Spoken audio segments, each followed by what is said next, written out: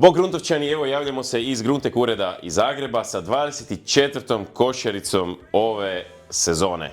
Pa evo je pred nama. Maxi i Mini na usluzi vama sljedeći tjedan sa rasporedom kultura kako slijedi.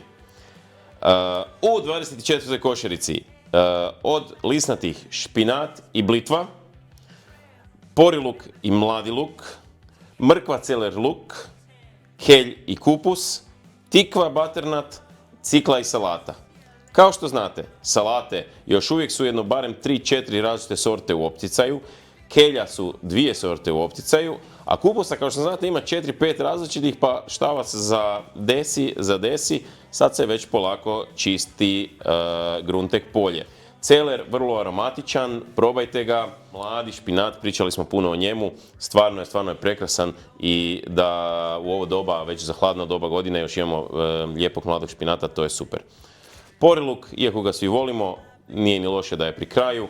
Cikla još uvijek dobiva najbolje komentare. Moram još napomenuti, i to s mikrofonom, da smo svi jako zadovoljni ovdje u Gruntek centrali sa time kako je 24. košarica ispala, a i zadnjih nekoliko, ali nema veze 24. posebno, jer je načelno trebala biti zadnja.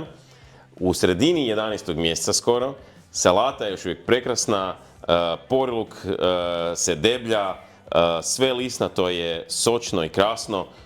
Evo, samo kažem, uzmite na umu 11. mjesec, vaš vrt još uvijek daje top povrće.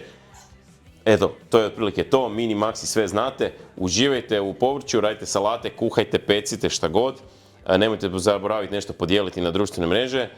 I za sljedeći tjedan javim se uskoro.